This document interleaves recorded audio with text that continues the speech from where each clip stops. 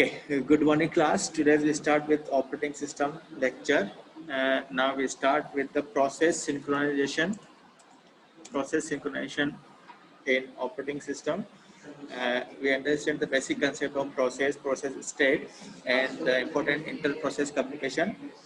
In inter-process communication, we check the shared memory and message passing models for the inter-process communication. And then we understand the basic producer consumer problem. Now we start with the next topic, process synchronization. Now what are the importance of synchronization and what are the synchronization? I think we clear in last class. Now we start again, process synchronization. In process synchronization we complete this important terminology and concept in operating system like critical section, what is the Peterson solution, the solution of this critical section problem, and important word is semaphores. Now I start with the process synchronization. Basically, in last class, we understand the basic concept of operating process and independent process. Independent process means they are not sharing the data with any other process, and cooperating process share the data with other process. Okay? So in inter-process communication we consider only the cooperating process. Okay? So what are the synchronization? Synchronization means if one process P1 share the data with this process P2, at the time some problem may be occur. Some problem may be occur. What is the problem? We can check later. But some problem occur. Okay? So we remove this problem. This process must be synchronized. This process must be synchronized. Means ये दोनों ही process synchronous manner के अंदर execute करना चाहिए. उससे जो data share हो रहा है उसको तक किसी को प्रॉब्लम कोई प्रॉब्लम अकर. ठीक है.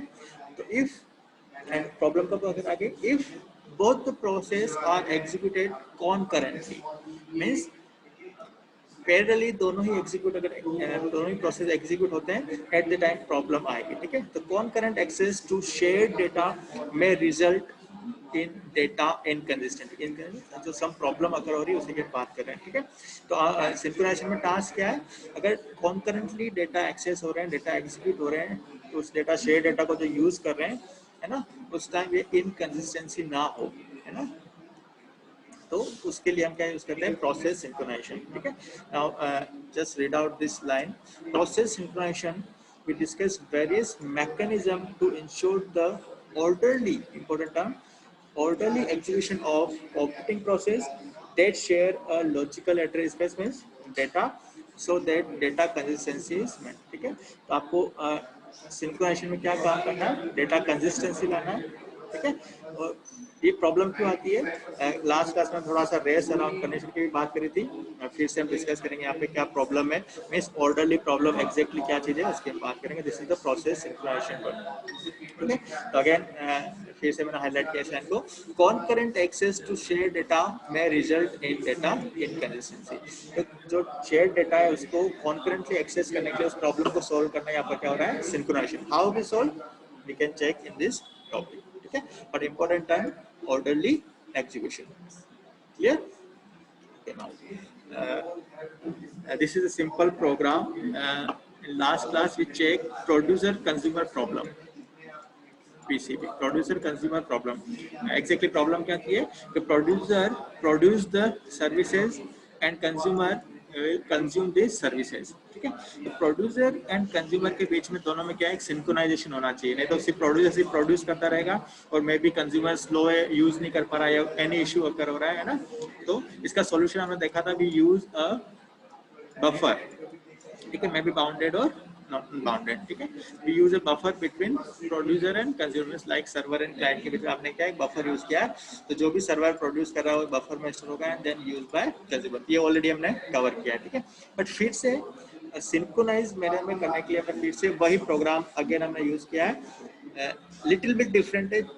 हम देखो सेम प्रोग्राम है, इनफाइनाइट लूप चल ही रहा है, प्रोड्यूसर प्रोड्यूस कर रहा है. ठीक है. बफर इनकी साइज चेंज हो रही है, यहाँ हो रहा है. बस यहाँ पर एक जो नया वर्ड ऐड हुआ है, this is the counter. We just add the counter variable in this one. This is program for producer and this program for consumer. यहाँ पर भी हमने क्या यूज किया है? काउंटर. ठीक है। इस प्रोग्राम में लिटिल बिट चेंज किया, हमने सिर्फ काउंटर रेट किया, अदरवाइज प्रोग्राम सेम है, मींस प्रोड्यूसर जस्ट प्रोड्यूस। और ये इनफाइनाइट लूप यहाँ पर क्यों है, ये वाला लूप क्यों है, ये if buffer is full means suppose आपका जो बफर है, जो आपने जो एरे बनाया है, क्यू बनाया, उस क्यू की साइज 10 है, मींस मैक्सिमम कितने एलिमेंट आ सकते हैं, 10। If counter is equal to 10 means buffer is full, और बफर अगर फुल है तो मींस आप कोई भी डेटा उसमें इंसर्ट नहीं कर सकते, no data are inserted in this queue when buffer is full, तो this meaning is buffer is full, ठीक है। And same condition while in consumer process while counter equals to 0, counter 0 मतलब no element in this array, ठीक है, in buffer, then this is empty। जब empty हुआ आपका buffer तो ये कंडीशन है, उस टाइम कंज्यूमर कुछ रीड नहीं कर पाएगा क्योंकि empty है आपका क्यू, और जब ये फुल है तब कुछ इंसर्ट नहीं हो पाएगा प्रोड्यूसर के थ्रू क्योंकि क्यू इज फुल, ठीक है। तो सिर्फ चेंज क्या किया, we use this counter variable. और लास्ट क्लास में जो टास्क दे रहा था मैं लास्ट 2 क्लास से कि ग्लोबल वेरिएबल आपको यूज करना है ना, तो काफी स्टूडेंट के आंसर भी आए हैं मेरे पास और काफी अच्छी मेहनत करी उन्होंने, कुछ करेक्ट भी है, कुछ को थोड़ी इंप्रूवमेंट है, but well good. This counter variable, okay, this is the different, this is server side और this at the maybe client side, ठीक है। These are both are different program, but both programs use a common or a single variable or shared variable known as counter. Here is this is the global variable, maybe defined somewhere else in this program, okay। So this counter variable shared by the producer program and consumer program, okay। अब देखो ये दोनों ही program same condition check कर रहे हैं और बिल्कुल करेक्टली वर्क रहा है, there is no problem, suppose no compilation error, no execution error even, ठीक है। क्या हो रहा है, फाइल ट्रू, जब भी आपका जो क्यू है वो अगर फुल है तो कुछ नहीं करना है, और अगर फुल नहीं है देन बफर इनके अंदर आपको नेक्स्ट प्रोड्यूस इंसर्ट कराना है और इनकी वैल्यू इंक्रीज करनी है, और देन काउंटर की value increase. In consumer process if queue is empty तो कुछ भी रीड नहीं करना है, डू नथिंग, बट अगर एम्प्टी नहीं है, कुछ डेटा है क्यू में, then we consume this data on position of out and just increase the value of out plus 1, ठीक है। एंड यहाँ पर काउंटर को हम क्या करेंगे, फिर से माइनस माइनस में सिंपली प्रोड्यूसर ने सपोज फर्स्ट आइटम में बी ए, जैसे इसमें किया काउंटर प्लस प्लस, काउंटर की वैल्यू हो जाएगी 1, ठीक है। सेकेंड आइटम इंसर्ट किया काउंटर प्लस प्लस, काउंटर हो जाएगा 2, और if read by the consumer, consumer suppose B read किया तो काउंटर माइनस माइनस 2 माइनस 1, ठीक है। इस तरह से सिंपल प्रोग्रामिंग चलेगी। यहाँ कोई डाउट है किसी को काउंटर वर्ड में? ओके गुड, ठीक है, कुछ भी दिक्कत आ रही हो पूछ लेना, नो इशू, ठीक है। सिंपल सा प्रोग्राम है, बहुत ही सिंपल प्रोग्राम, सिर्फ हमने एक काउंटर वेरिएबल यूज किया है। या क्यों किया है, क्योंकि इंपॉर्टेंट चीज यहाँ पर दोनों ही प्रोग्राम में सिंगल वेरिएबल और data use by both the program, counter and program, and दोनों ही प्रोग्राम अगर आप एग्जीक्यूट करोगे तो करेक्टली वर्क करेंगे, परफेक्टली वर्क करेंगे, कोई इशू नहीं है, ठीक है। लेकिन हमें ऐसा लग रहा है, बट जो हम इंपॉर्टेंट टॉपिक पढ़ रहे हैं, सिंक्रोनाइजेशन क्यों होना चाहिए, है ना, ये सिंक्रोनाइजेशन प्रॉब्लम क्या आती है, जिसमें प्रॉब्लम की बात कर रहा था आपको, तो एग्जैक्ट प्रॉब्लम क्या है इन दोनों प्रॉब्लम में, ठीक है। सपोज आप ये दोनों को रन किया और compile time and run time दोनों परफेक्टली रन कर रहे हैं, ठीक है, बट एग्जैक्टली जो प्रॉब्लम की बात कर रहे हैं वो प्रॉब्लम क्या है, when two process, suppose this producer program known as P1 and consumer program known as P2, if these two process shared a common variable known as counter, ठीक है, तो हमने कहा था सम प्रॉब्लम में भी अकर, ठीक है, वो प्रॉब्लम एक्जेक्टली क्या है उस प्रॉब्लम का हम डिस्कस करेंगे, ठीक है, कौन सी प्रॉब्लम है उसको हम डिस्कस करेंगे। बाकी प्रोग्राम परफेक्टली रन कर रहा है, नो इशू, लेकिन कुछ टाइम वो प्रॉब्लम आएगी, the exact problem now simple एक बार हम देख लेते हैं, यहाँ समझ लेते हैं, ठीक है, उसके बाद आगे कंडीशन। सपोज जब ओके, एक सिंपल स्टेटमेंट और बताता हूँ सी लैंग्वेज की, है ना, ये सी लैंग्वेज में लिखा है, सपोज एवरी सी स्टेटमेंट जब आप इसको कंपाइल कर रहे हो ना, तो एवरी सी स्टेटमेंट में बी कन्वर्टेड इनटू वन और more then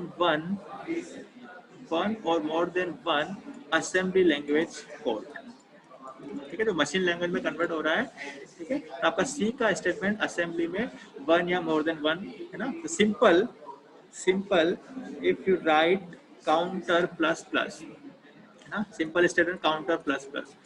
counter plus plus का मीनिंग क्या होगा, count equals to count plus one. C के लिए एक स्टेटमेंट है, आपको लग रहा है चलो ये एक इंस्ट्रक्शन है और हम कहते हैं कि प्रोसेसर एक instruction at a time execute करता है। सपोज ये सिंगल इंस्ट्रक्शन है ना, लेकिन ये कन्वर्ट होगा मशीन लैंग्वेज या असेंबली लैंग्वेज में। तो फर्स्ट काउंट, तो देखो प्रोग्राम कैसे कन्वर्ट होगा, एक छोटा सा एग्जांपल था, मूव सपोज रजिस्टर R1, इसमें किसकी वैल्यू आ जाएगी, काउंट की। ठीक है, इसके बिहाइंड जो प्रोग्राम के बैकग्राउंड में क्या चल रहा है, काउंट की वैल्यू क्या हो रही है। सिंपली अपने लिए तो एक ही स्टेटमेंट, हमको लग रहा है एक साथ एग्जीक्यूट हो रहा है, बट नहीं, इसके लिए कुछ मोर देन वन और more than one instructions execute हो रहे हैं इसके बैकग्राउंड में। फर्स्ट इंस्ट्रक्शन क्या लिया मैंने, मूव R1 काउंट, काउंट की वैल्यू R1 रजिस्टर एक जनरल पर्पस रजिस्टर में मूव किया। देन 8 इस R1 के अंदर जिसमें काउंट की वैल्यू क्या ऐड करना है, 1, then 8 1 into this R1 and then store और अगेन मूव इस R1 की वैल्यू किसमें मूव करनी है, काउंट में, मूव काउंट कॉमा R1। ठीक है, तो एक सिंगल इंस्ट्रक्शन 3 असेंबली इंस्ट्रक्शन में कन्वर्ट हो गया आपका यहाँ पर। ठीक है, जिसके बैकग्राउंड में ये पूरी स्टोरी चल रही है सेम, अगर माइनस माइनस कर रहे हो तो भी सेम थिंग चल रहा है।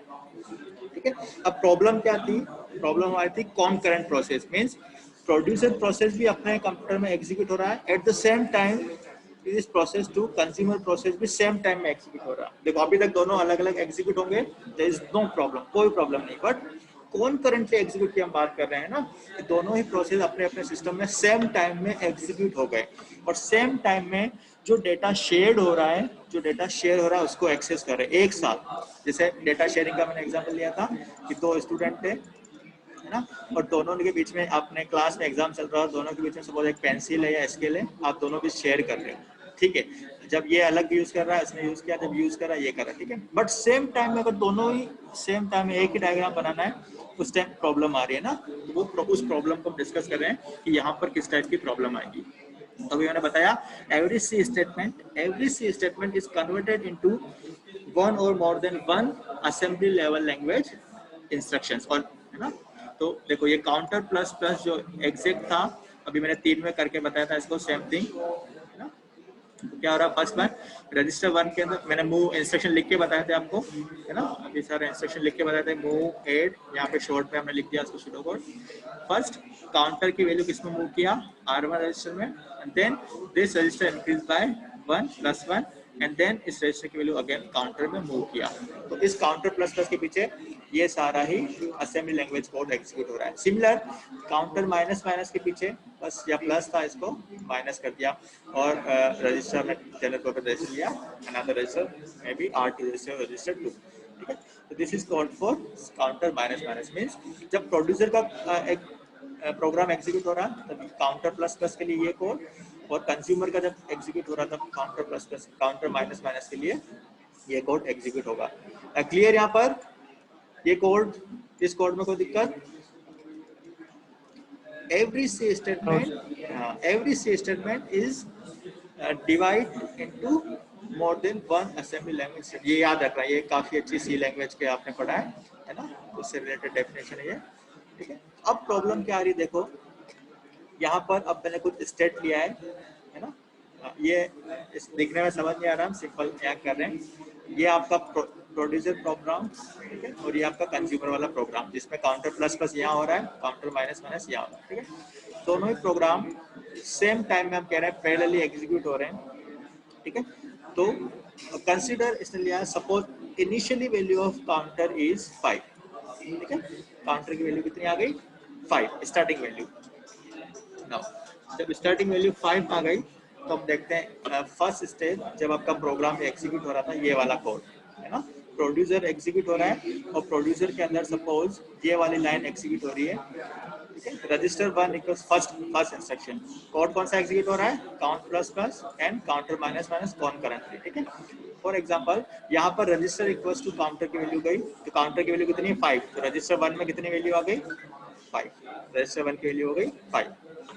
फर्स्ट कोड को हमने एग्जीक्यूट किया है, इसकी वैल्यू क्या आ गई 5। देन सेकंड स्टेप के अंदर कौन सा आएगा, second instruction register 1 equals to register 1 plus 1 means 5 की वैल्यू प्लस 1 होके कितनी हो जाएगी 6, 5 प्लस 1 मींस 6।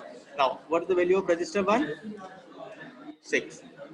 ठीक है, और यहीं तक एग्जीक्यूट हुआ, यहीं तक हो रहा था, और काउंटर की वैल्यू देखो 6 तो हो गई, लेकिन अभी तक काउंटर में मूव नहीं हुआ। इंपॉर्टेंट चीज, काउंटर की वैल्यू, ये दोनों इंस्ट्रक्शन एग्जीक्यूट हुए, काउंटर की value initial value is 5, 5 plus 1 6, तो काउंटर की वैल्यू 6 तो हो गई, बट अभी किसकी हुई 6 की वैल्यू, रजिस्टर की। काउंटर में कोई चेंज नहीं हुआ, काउंटर में चेंज कब होगा, when this instruction is execute. लेकिन इस इंस्ट्रक्शन के एग्जीक्यूट होने से पहले ही क्या हो रहा है, आपका जो सेकंड प्रोग्राम था कंज्यूमर वाला, कंज्यूमर प्रोग्राम में क्योंकि हम कॉन्करेंट एग्जीक्यूट कर रहे हैं दोनों को, तो कंज्यूमर वाला भी सेम कोड इंस्ट्रक्शन एग्जीक्यूट कर रहा है, काउंटर माइनस माइनस। तो देखो क्या हो रहा है, एग्जीक्यूट रजिस्टर 2 माइनस काउंटर। देखो काउंटर की वैल्यू अभी भी कितनी है 5, क्योंकि यहाँ पे अपडेट नहीं हुआ, अभी रजिस्टर 1 की वैल्यू 6 हुई है, तो रजिस्टर 2 में क्या वैल्यू आएगी 5, 5 move into register 2, register value 2 की वैल्यू भी 5। Again register 2 minus 1, second instruction ये एग्जीक्यूट हुआ, 5 माइनस 1 4। अब यहाँ ध्यान देना, बहुत ही बढ़िया चीज आ गई है, रजिस्टर 2 की वैल्यू आ गई अपने पास 4, क्योंकि इसने माइनस 1 किया, और रजिस्टर 1 की वैल्यू आ गई है 6 में प्लस 1 किया 5 में। ठीक है, अब ये दो प्रॉब्लम जो लास्ट की स्टेटमेंट है, तो अब सपोज फॉर एग्जाम्पल कुछ भी कंडीशन हो सकती है ना, लेकिन यहाँ पर जो एग्जाम्पल ले रहा हूँ उसमें सपोज उसके बाद ये दोनों हुआ, ठीक है, उसके बाद क्या एग्जीक्यूट हुआ आपका, काउंटर इक्वल्स टू रजिस्टर 1। तो बताओ काउंटर की वैल्यू क्या अपडेट हो जाएगी, what is the value of counter, counter value क्या जाएगी 6, क्योंकि रजिस्टर 1 की वैल्यू कितनी है 6, और 6 इसमें हुआ काउंटर में, तो value of this counter is 6।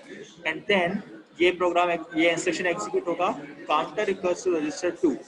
तो अब काउंटर में वैल्यू क्या मूव हो गई, रजिस्टर 2, रजिस्टर 2 की वैल्यू कितनी थी 4। तो finally after the execution of this statement, counter plus plus and counter minus minus concurrently, final value of counter कितनी होगी, फाइनल वैल्यू कितनी आ गई 4। लेकिन होना कुछ अलग ही चाहिए, जो कंसेप्ट कह रहा है वो, अगर इन दोनों की बात करें, है ना, S5 और S4, इन दोनों का अगर ऑर्डर चेंज हो गया, इसके बात करें, भी मैं ऑर्डर पे बहुत जोर दिया था आपको यहाँ पर, है ना, ऑर्डरली एग्जीक्यूशन। आउटपुट आपके सामने आ गया, यहाँ तक किसी को डाउट, कैसे आया 6 और 4, प्रिया, ओके ओके, ये 6 और 4 आई थिंक इजी है, बट आप इंपॉर्टेंट चीज टर्म की बात करें, ऑर्डर। ठीक है, अगर ऑर्डर चेंज हो गया, सपोज ये पहले एग्जीक्यूट हो गया और ये बाद में एग्जीक्यूट हुआ, दोनों का सीक्वेंस चेंज हो गया, ठीक है, तो फाइनल आउटपुट क्या आ जाएगा 6, अगर चेंज हो गया सीक्वेंस तो, और सीक्वेंस चेंज नहीं हुआ तो आउटपुट क्या है 4। अब देखो प्रोग्राम एक ही एग्जीक्यूट हुआ, प्रोग्राम वही एग्जीक्यूट हुआ, लेकिन अगर ऑर्डर चेंज हो रहा है तो दोनों का आउटपुट भी चेंज हो रहा है। ठीक है, ऑर्डर चेंज हो रहा है, दोनों का आउटपुट भी क्या हो रहा है, चेंज हो रहा है। इसी को हम क्या कहते हैं, इसी को हम क्या कहते हैं एग्जैक्टली, आपने पढ़ा होगा डिजिटल इलेक्ट्रॉनिक्स में, race around condition, race around condition, this is the race condition. Race condition means दोनों में रेस लग रही थी ना, दोनों ही प्रोड्यूसर कंज्यूमर प्रोग्राम दोनों ही सेम टाइम में एग्जीक्यूट हुए, रेस सेम टाइम में स्टार्ट हुई, है ना, पहले कौन बचे, ऑर्डर अगर चेंज हुआ तो कोई भी एक विनर हो सकता है। यहाँ पर इन दोनों के बीच रेस थी, अगर S5 वाला इंस्ट्रक्शन पहले एग्जीक्यूट हुआ तो आउटपुट आया था 4, और S5 वाला बाद में आ गया तो आउटपुट क्या आ गया आपका, सॉरी 4 आ गया, और S5 पहले हो जाता था आउटपुट क्या था 6। ठीक है, if we change the order of execution of the program, we may have the different result, we may have the different result of this program. This is known as race condition. Now check the definition of this race condition, just read out this student, clear हो जाएगा।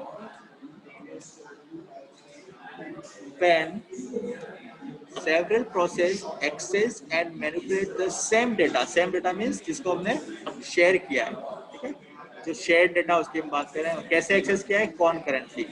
यहाँ पर दोनों ने एक साथ access किया था किसको, काउंटर को, यहाँ पर सेम डेटा कौन है काउंटर, एंड कॉन्करेंटली एग्जीक्यूट, हमने दोनों को एक साथ बोला था, पैरेलली एग्जीक्यूट हो रहा था। ठीक है, and outcomes of the execution, outcome is this is the output, यहाँ पर 4 या 6, and outcomes of the execution depends on the particular order important term, particular order in which the access takes place is called a rest condition.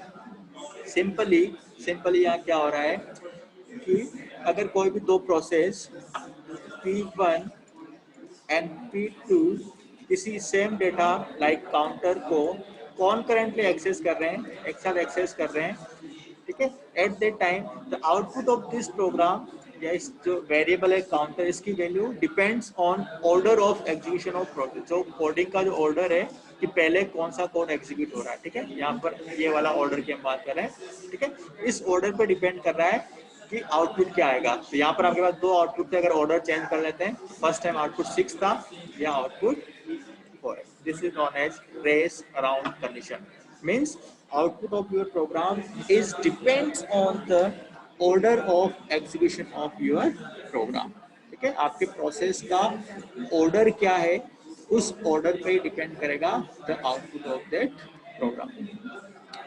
Clear, कुछ clear हुआ? Yes sir. और yes sir.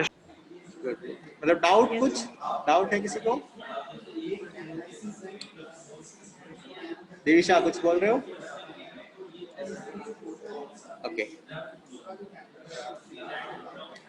ठीक है, no doubt, means I think clear हो गया race around condition. Simply language में I think समझ आ गया कि जब दो प्रोग्राम कॉन्करेंटली एग्जीक्यूट हो रहे हैं और दोनों ही प्रोग्राम कोई कॉमन डेटा शेयर कर रहे हैं, ठीक है, तो जो आउटपुट आएगा आपका वो आउटपुट किस पे डिपेंड करेगा कि उन दोनों प्रोग्राम को एग्जीक्यूट करने का ऑर्डर क्या रहेगा, ठीक है, इसको कहते हैं race around condition. Race condition simply है कि दो स्टूडेंट ने रेस लगा रहे हैं, ठीक है, सेम टाइम पे दोनों लगा रहे हैं कॉन्करेंटली एक साथ, ठीक है, तो जो आउटपुट होगा मींस जो विनर होगा, तो विनर क्या होगा, इनके ऑर्डर पे डिपेंड करेगा पहले कौन आया, है ना। तो सिंपली जो टर्म होती है रियल लाइफ में वही टर्म हम यूज कर रहे हैं यहाँ पे, तो डी में आपने अच्छे से पढ़ा होगा इसको, तो वही टर्मिनोलॉजी में फिर ओएस में यूज कर रहे हैं। इन सॉफ्टवेयर में भी दो प्रोग्राम सेम कॉमन डेटा को अगर यूज कर रहे हैं, है ना, और कॉन्करेंटली एग्जीक्यूट कर रहे हैं, तो उस टाइम जो आउटपुट है वो उनके ऑर्डर ऑफ एग्जीक्यूशन पे डिपेंड करेगा, ठीक है, outcome of the execution depends on the particular order in which the access take place is known as a race condition.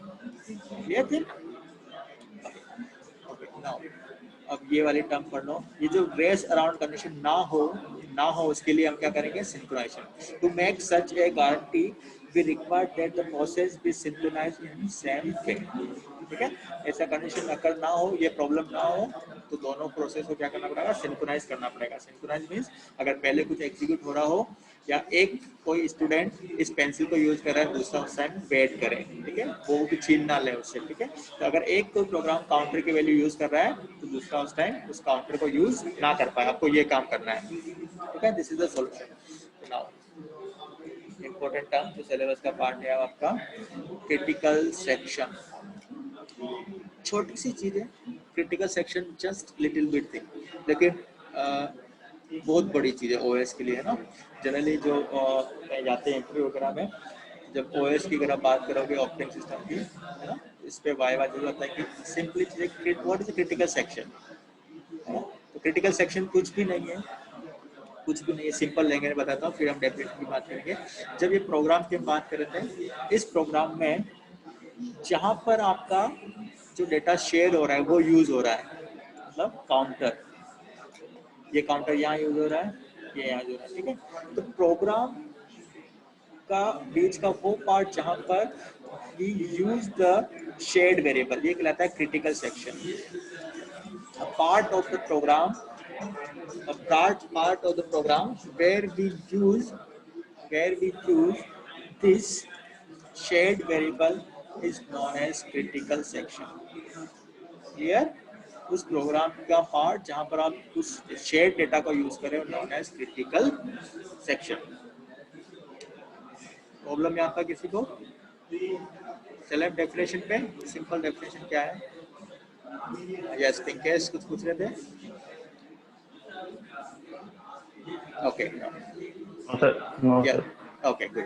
तो क्रिटिकल सेक्शन सिंपली क्या है, उस प्रोग्राम के अंदर जहां जहां भी आप शेयर डेटा, जैसे मैंने ग्लोबल वेरिएबल की कल प्रोग्राम आपने बनाया होगा और मैंने टास्क दिया था कि ए को आपको दो प्रोग्राम के बीच शेयर करना है, ठीक है, तो जो जहाँ ए लिखा हुआ है ना अपने दोनों प्रोग्राम में, जहाँ जहाँ भी यूज किया ए प्लस प्लस या ए माइनस वन या प्रिंट किया, वो एरिया कहलाएगा क्रिटिकल सेक्शन।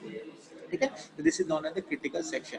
अब वहाँ प्रॉब्लम हमने पढ़ी ली, रेस अराउंड कंडीशन आई थी, रेस कंडीशन अगर हो रही थी हमारे अंदर।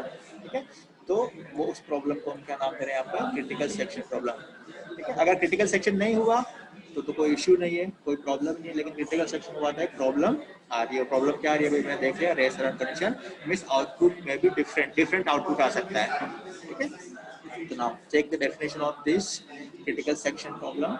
The critical section is a code, अभी बता दिया, segment where the shared variable can be accessed। जिस जगह आपका शेयर डेटा रखा हुआ है उस कोड की, या हो सकता है वो नंबर ऑफ इंस्ट्रक्शन हो, कुछ 3-4 जगह आ रहा हो, तो मे बी सम इंस्ट्रक्शन और may be number of instruction, तो पूरा एक एरिया हो गया, रीजन हो गया। Sometime it also refer to critical reason.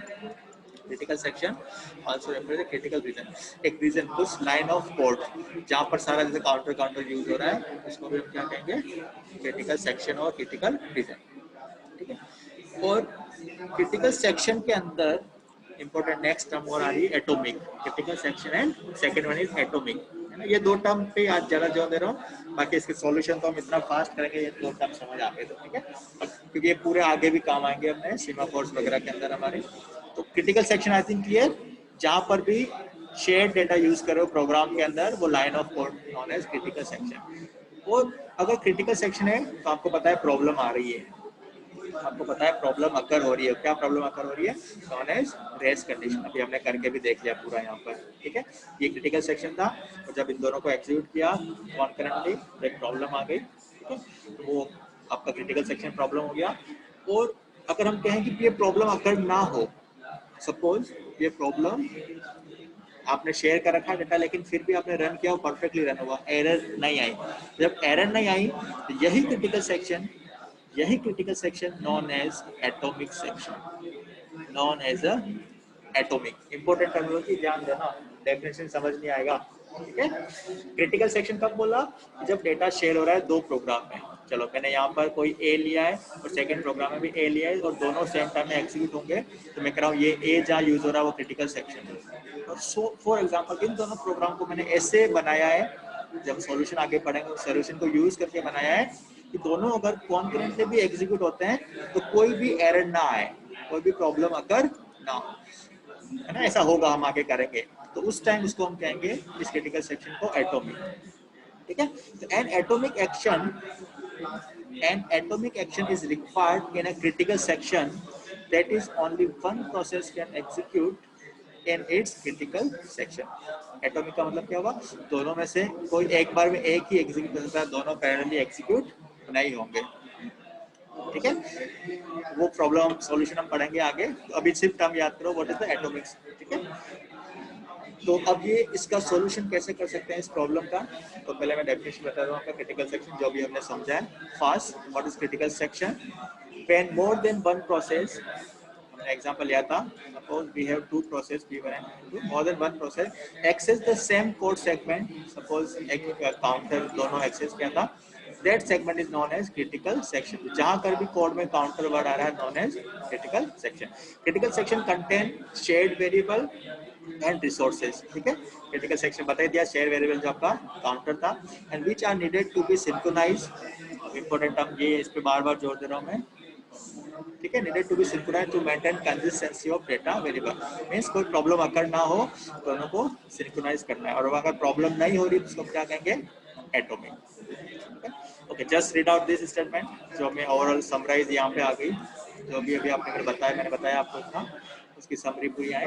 तो simple term, a critical section is a group of instructions, बता दिया मैंने, नंबर ऑफ इंस्ट्रक्शन हो सकते हैं, या स्टेटमेंट, या उसको हम रीजन भी कहते हैं, critical region of the code that need to be execute atomically means जहां पर कोई प्रॉब्लम ना हो। ठीक है, ओके, तो नाउ क्रिटिकल सेक्शन क्लियर हो गया आपके पास। अब इसकी प्रॉब्लम देखते हैं एग्जैक्टली क्या चीज है क्रिटिकल सेक्शन। ये क्या है क्रिटिकल सेक्शन, ये आपका प्रोग्राम के अंदर कोई कोड लिखा है, मतलब यहाँ पर सपोज आपने लिखा है काउंटर। काउंटर क्या था, जो डेटा दोनों प्रोग्राम के बीच में शेयर था, काउंटर।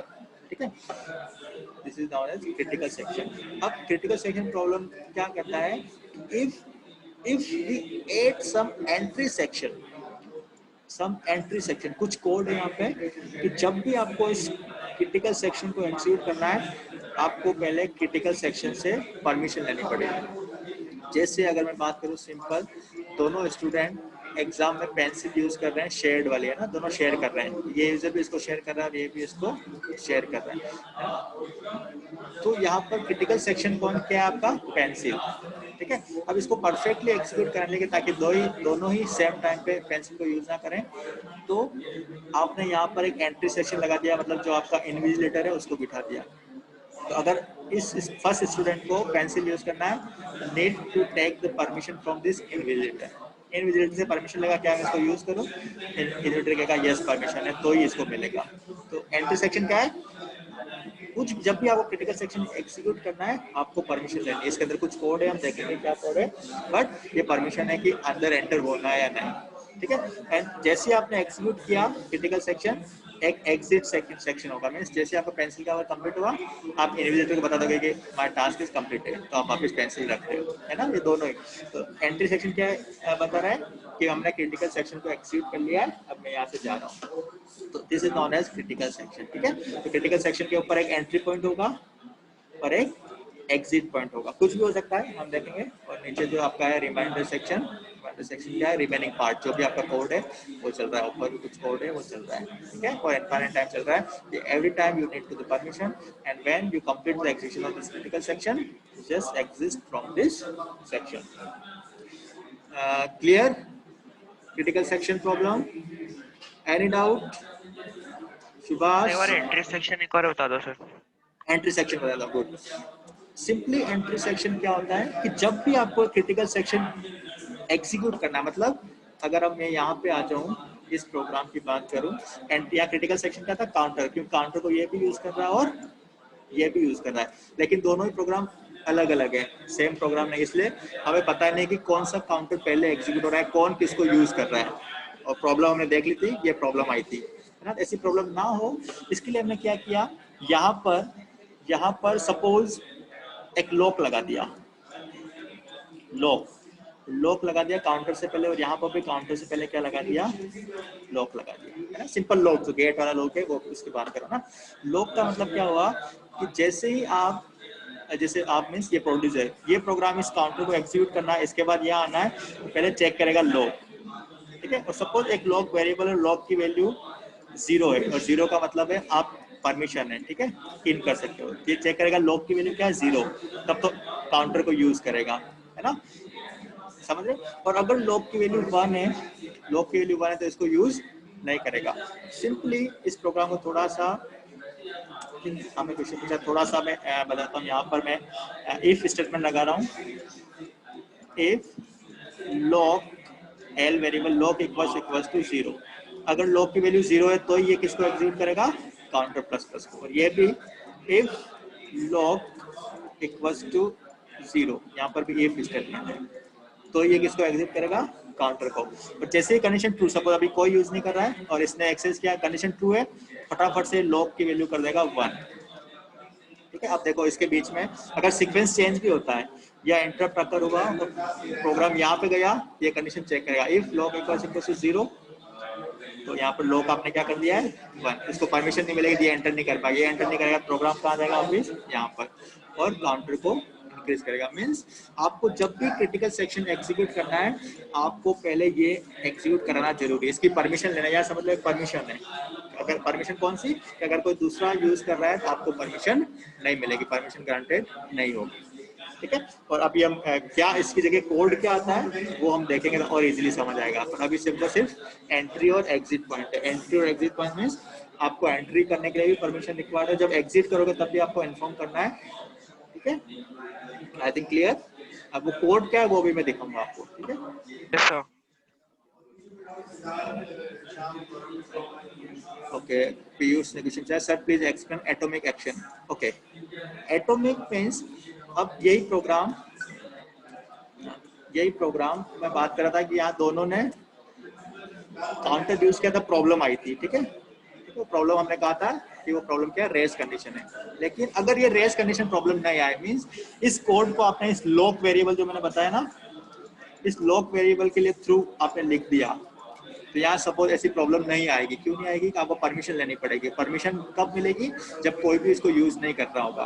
अगर कोई एक यूज कर रहा है तो दूसरा इसको यूज नहीं कर सकता। Means can we execute two process which shared a common data concurrently.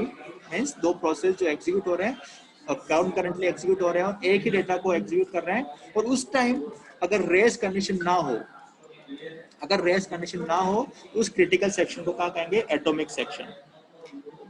Okay, उस टाइम जब ये प्रॉब्लम नहीं हो रही है तब ये हो जाएगा एटॉमिक। और आपका टारगेट क्या है? उस क्रिटिकल सेक्शन को क्या बनाना है?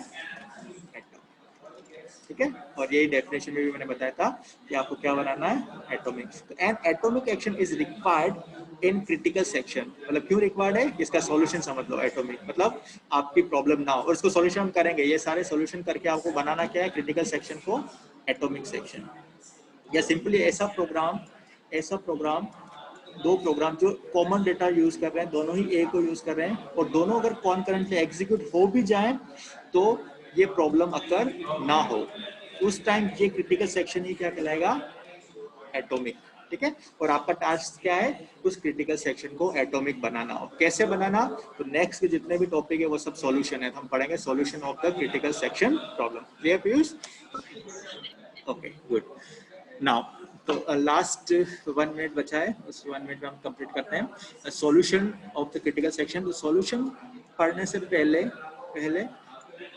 We need some requirement. ठीक है, और मोस्ट इम्पोर्टेंट, ठीक है, सॉल्यूशन कोई भी बना सकता है। अगर मैं आपको कहूँ आप अपना एक प्रोग्राम बना सकते हो कि किस तरह से एक शेयर्ड वेरिएबल को यूज करना है। ठीक है, तो everyone can implement our solution, but उस सॉल्यूशन के अंदर कुछ रिक्वायरमेंट है जो फुलफिल करनी है आपको। ठीक है, first requirement is called mutex और mutual exclusion. Most important terminology, mutual exclusion. Second one is progress and third one is bounded waiting. तो आज सिर्फ टर्म की हम बात कर रहे हैं, mutual exclusion, progress and bounded waiting. In next class we continue with this terminology and detail में पढ़ेंगे, और काफी अच्छे से समझेंगे कि इन टर्म्स का मीनिंग क्या है। आई थिंक म्यूचुअल एक्सक्लूजन आपको पता भी होगा, और फिर कल हम बहुत ही बढ़िया वे में इनको करेंगे। ठीक है, तो आज की क्लास यहीं तक हम देखते हैं critical section problem, what are the requirement for this solution, we complete in the next class. Okay, thank you so much.